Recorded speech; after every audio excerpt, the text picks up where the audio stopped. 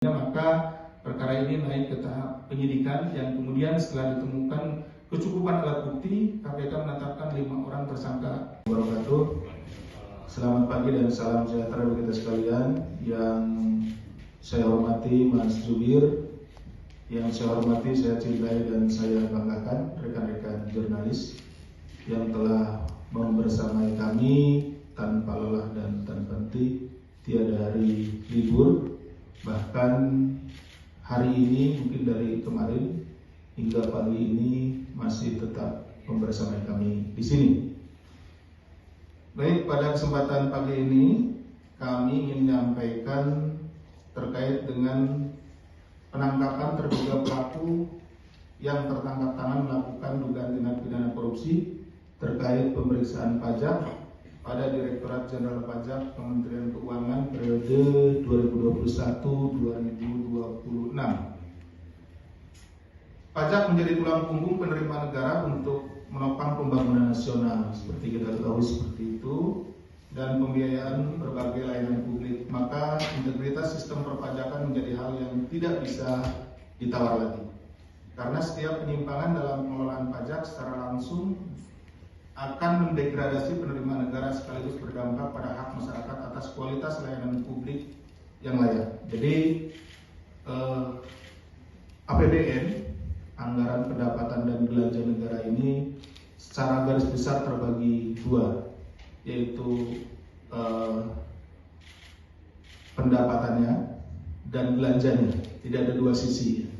Dari sisi pendapatannya, salah satunya adalah dari pajak. Dan ada juga penerimaan negara bukan pajak atau PNBP.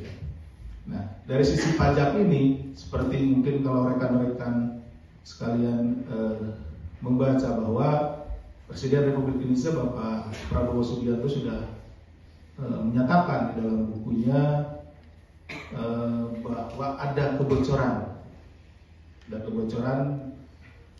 pada saat penerimaan atau pendapatan. Nah, pendapatan ini salah satunya yang bocor ini adalah di pajak seperti ini. Jadi uang masuk, sebelum masuk ini ke kas negara, kemudian bocor di sini dan masuk ya. Jadi dalam bukunya Paradok Indonesia itu dijelaskan salah satunya seperti itu, sehingga ini akan menjadi kerugian bagi bangsa Indonesia. Kenapa? Karena negara tidak bisa menggunakan anggaran tersebut secara maksimal, karena dari awalnya pintu masuknya itu sudah bocor. Sektor pertambangan merupakan salah satu penyumbang penerimaan negara terbesar melalui pajak, baik melalui pajak penghasilan (PPH) maupun pajak bumi dan bangunan (PBB). Oleh karena itu, mufakat jahat untuk mengurangi pajak yang seharusnya dibayar ke kas negara adalah tindak pidana korupsi yang tidak hanya menimbulkan kerugian negara dalam skala besar, namun juga mencederai keadilan fiskal. Jadi ketika masuknya sudah bocor, tadi kan ada dua sisi. Ketika penggunaannya, belanjanya juga, ini hal yang biasa kalau belanja itu sering ya, kita melakukan penanganan perkaranya. Misalkan pembangunan infrastruktur dan lain-lain yang menggunakan dana dari APBN atau APBD yang kemudian pada saat pelaksanaannya itu bocor, dalam hal ini dipotong atau diambil secara tidak sah oleh oknum-oknum. Nah, ini sisi belanjanya. Nah, kalau yang saat ini dari sisi pendapatannya, awalnya, sisi masuknya seperti itu. Modus-modus korupsi oleh oknum pegawai Ditjen Pajak bekerja sama dengan konsultan dengan mengurangi pajak atau kepentingan pribadi sudah sering kali terjadi. Celah kerawanan ini harus dilakukan perbaikan yang lebih serius agar penerimaan negara tidak bocor terus. KPK mengimbau kepada wajib pajak agar tidak segan untuk melaporkan kepada aparat penegak hukum jika mengalami adanya dugaan praktik-praktik pemerasan. Jadi ya, ini antara petugas pajak dengan wajib pajak ya, di sana bertemunya di sana, gitu ya, sehingga terjadilah kong kali kong gitu ya, meeting of mind ini ada di sana. Nanti akan kita jelaskan di depan. Dengan catatan bahwa wajib pajak tidak dalam posisi berusaha untuk meminta pengurangan. Hal ini sebagai bentuk pengawasan sekaligus aksi nyata dalam menjaga kedaulatan keuangan negara. Oleh karena itu, penindakan yang dilakukan oleh KPK ini diharapkan memberikan efek jera dan peringatan tegas bagi para pihak agar tidak mencederai amanah sekaligus hak negara. Adapun kronologis perkaranya sebagai berikut. Pada hari ini, hari Minggu ya, tanggal 11 Januari 2026, KPK akan menyampaikan informasi lengkap terkait kegiatan penangkapan kepada para terduga pelaku tertangkapnya melakukan tindak pidana korupsi terkait dengan pemeriksaan pajak di lingkungan Direktorat Jenderal Pajak Kementerian Keuangan periode 2021-2026. Awalnya pada bulan September hingga Desember 2025, PTWP menyampaikan laporan kewajiban pajak bumi dan bangunan periode 2023. Jadi periode wajib pajak ini, PTWP ini melaporkanlah untuk pajak bumi dan bangunan atau PBB tahun 2023, dilaporkan di tahun 2025. Atas laporan tersebut, tim pemeriksa dari Kantor Pelayanan Pajak atau KPP Madya Jakarta Utara, ya.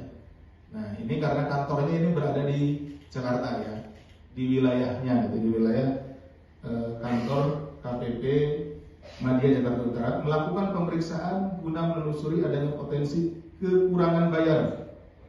Jadi ini sudah dibayar, tapi dicek ulang, kemudian ada potensi kekurangan bayar pajak bumi dan bangunan tersebut. Hasilnya terdapat temuan potensi kurang bayar sekitar 75 miliar. Jadi setelah dihitung ya oleh tim pemeriksa dari KPP Madya Jakarta Utara ini, bahwa PDB untuk PT WP ini kekurangan, ya, kurang membayar 75 miliar. Seperti itu ya. Atas hasil pemeriksaan awal tersebut, PTWP kemudian mengajukan beberapa kali sanggahan. Jadi disampaikanlah dari pemeriksa ini kepada PTWP, Anda ya kekurangan bayar 75 miliar. Nah, kemudian dari PTWP melakukan sanggahan. Menurut perhitungan PTWP itu jumlahnya tidak 75 miliar gitu ya. Ini juga bahwa saudara AGS, Kepala Seksi Pengawasan dan Konsultasi KPP Madya Jakarta Utara, meminta agar PTWP melakukan pembayaran pajak all in. Jadi ini turun-turun terus ini. Jadi ada disampaikan 75 miliar, kemudian disanggah tidak 75 miliar, gitu kan.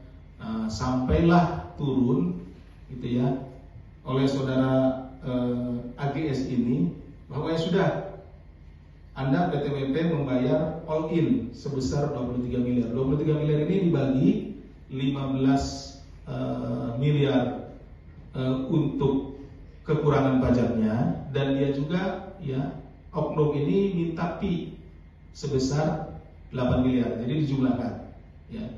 Jadi rekan-rekan sekalian, dari 75 miliar ini ya, tadi disampaikan di awal hasil pemeriksaannya 75 miliar kurang bayarnya.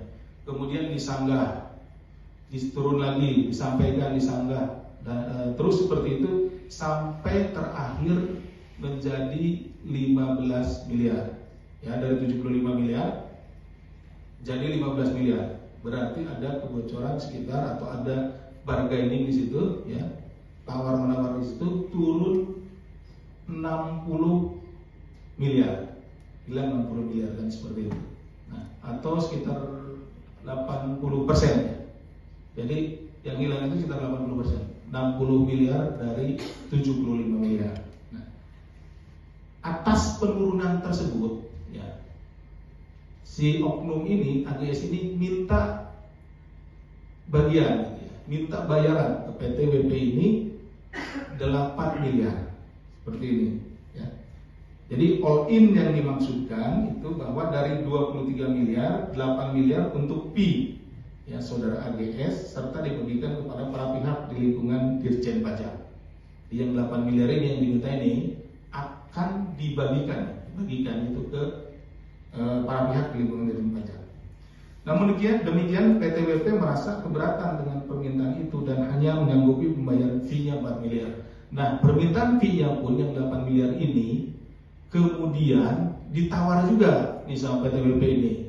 Nggak sanggup dia bayar fee 8 miliar, sanggupnya hanya 4 miliar, seperti itu.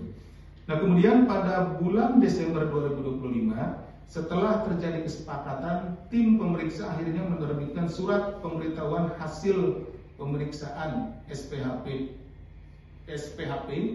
dengan nilai pembayaran pajak bagi PTWP 15,7 miliar. Nah, tadi kan bargainingnya 23 miliar all in. Jadi 15 miliar untuk kekurangan pajaknya, 8 miliar permintaan fee-nya. Ya gitu, karena si oknum ini sudah nurunkan ya, dari 75 miliar turun sampai 15. Tapi akhirnya di Desember dikeluarkanlah surat pemberitahuan hasil pemeriksaannya yang isinya bahwa PTWP itu kekurangan bayar 15,7 miliar. Jadi sesuai kan, artinya ya beda sedikit lah dengan dari 15 miliar ke 15,7. Artinya memang benar dari awal pemberitahuan awal 75 miliar ini, kemudian secara administratif, jadi ini kan ada suratnya gitu, itu 15,7 miliar. Nilai tersebut turun ya, 59,3 atau sekitar 60 miliar ya, atau tadi 18% dari nilai awal yang ditetapkan, sehingga menyebabkan pendapatan negara menjadi berkurang sangat signifikan. Harusnya kalau berpatokan kepada hasil perhitungan awal, ya potensi awal itu 75 miliar, berarti sudah hilang. Jadi seperti disampaikan sudah hilang, kehilangan negara itu sekitar 80% ya, seperti itu. Untuk memenuhi permintaan fee dari AGS pada Desember 2025, PTWP melakukan pencairan dana dengan skema kontrak fiktif jasa konsultasi keuangan dengan menggunakan perusahaan PT NBK yang dimiliki oleh saudara ABD selaku konsultan pajak. Jadi begini, perusahaan juga kan punya pembukuan. Nah, untuk mengeluarkan fee ini kan bukan bagian dari sesuatu yang bisa dibukukan atau keluar bisa pertanggungjawabkan secara akuntansi. Nah, untuk itu maka dibuatlah pengeluaran fiktif di perusahaan itu. Jadi perusahaan ini, PTWP ini seolah-olah bekerja sama dengan konsultan pajak, dengan perusahaan konsultan gitu. Ya, dalam hal ini adalah PT NBK. Jadi PTWP ini seolah-olah meng-hire PT NBK. Ini perusahaan ini adalah perusahaan konsultan ya, konsultan pajak, dan membayarkan 4 miliar. Ya. Jadi keluarlah dari kasnya PTWP ini uang sebesar 4 miliar yang catatannya, ya catatan di perusahaan tersebut di PTWP itu adalah untuk membayar kepada PT NBK untuk kepentingan konsultasi pajak ya, konsultan pajak seperti itu. Padahal uang 4 miliar itu digunakan untuk pemberian kepada oknum tadi saudara AGS ya, yang walaupun minta di awalnya adalah 8 miliar ya, seperti itu. Selanjutnya pada Desember 2025 PT NBK mencairkan dana komitmen fee sebesar 4 miliar yang kemudian ditukarkan ke dalam mata uang dolar Singapura ya. Jadi uang 4 miliar tadi dari kasnya PTWP setelah dibayarkan ya, fiktif itu pekerjaan fiktif ke PT NBK, kemudian di PT NBK ditarik seluruhnya karena memang pekerjaannya kan tidak ada. Nah, yang 4 miliar ini kemudian ditukarkanlah dari mata uang rupiah ke mata uang Singapura dolar. Seperti itu. Kemudian dana tersebut selanjutnya diserahkan secara tunai oleh ABD. ABD itu tadi kan yang di-hire. Ini konsultannya PT WP ya, konsultannya. Kemudian kepada AGS. Jadi ABD menyerahkan uang 4 miliar tersebut kepada AGS dan ASB. selaku tim penilai KPP Madya Jakarta Utara di sejumlah lokasi di Jabodetabek. Dari penerimaan dana tersebut, pada Januari 2026, AGS dan ASB mendistribusikan uang kepada sejumlah pegawai di lingkungan Ditjen Pajak dan pihak lainnya. Jadi, uang 4 miliar tersebut yang sudah dalam bentuk mata uang asing, kemudian dibagi-bagi kepada beberapa pihak ya di Ditjen Pajak. Pada proses pendistribusian ini, tim KPK kemudian bergerak melakukan penangkapan kepada para terduga pelaku yang tertangkap tangan melakukan tindak pidana korupsi pada hari Jumat hingga Sabtu dini hari, yakni tanggal 9 sampai 10 Januari 2026 dengan mengamankan 8 orang. Jadi yang diamankan pada saat tertangkap tangan itu ada 8 orang, yaitu Saudara DBB, Kepala KPP Madya Jakarta Utara, Saudara HRT, Kepala Seksi Pemeriksaan Penilaian dan Penagihan KPP Madya Jakarta Utara, Saudara AGS selaku Kepala Seksi Pengawas dan Konsultasi KPP Madya Jakarta Utara, Saudara ASB, Tim Penilai di KPP Madya Jakarta Utara, Saudara ABD selaku Konsultan Pajak, konsultannya PTWP, kemudian Saudara PS, Direktur SDM dan PR PTWP, kemudian Saudara EY selaku staf PTWP, dan Saudara ASP selaku pihak swasta lainnya. Dalam peristiwa tertangkap tangan ini, KPK juga mengamankan sejumlah barang bukti dengan total nilai 6,38 miliar dengan rincian sebagai berikut. Uang tunai sebesar 793 juta, uang rupiah nih, uang tunai dalam pecahan Singapura dolar 165.000 atau setara dengan 2,16 miliar rupiah, dan logam mulia seberat 1,3 kg atau senilai 3,42 miliar. Nah, perlu kami jelaskan di sini. Tadi kan pemberiannya 4 miliar. Nah, tapi yang kita amankan sekitar 6,3 miliar lebih.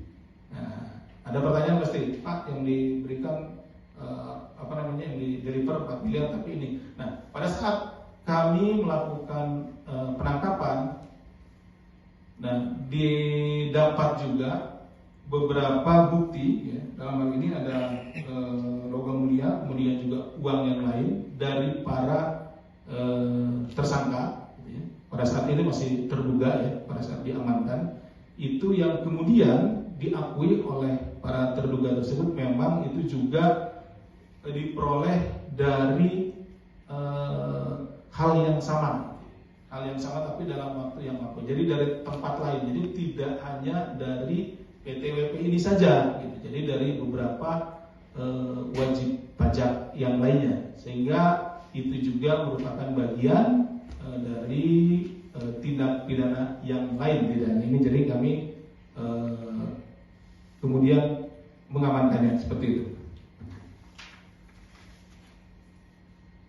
Selanjutnya, dalam dugaan tindak pidana korupsi terkait pemeriksaan pajak di lingkungan KPP Madya Jakarta Utara periode 2001-2006, setelah dilakukan pemeriksaan intensif pada tahap penyelidikan dan telah ditemukan unsur dugaan peristiwa pidananya, maka perkara ini naik ke tahap penyidikan yang kemudian setelah ditemukan kecukupan alat bukti, KPK menetapkan 5 orang tersangka sebagai berikut. Jadi setelah para penyelidik kemudian penyidik meyakini bahwa ada peristiwa pidananya, dalam hal ini peristiwa pidana korupsi, kemudian dinaikkan ke penyidikan. Selanjutnya terhadap tadi barang-barang yang diperoleh pada saat tertangkap tangan, kemudian dilakukan penyitaan, kemudian dilakukan pemeriksaan terhadap saksi-saksi. Ini sudah penyidikan, pemeriksaan kepada saksi-saksi, dan berdasarkan kecukupan alat bukti, dalam hal ini ada paling tidak 2 alat bukti ya, itu kami menetapkan 5 orang tersangka. Download Tribun X sekarang, menghadirkan lokal menjadi Indonesia.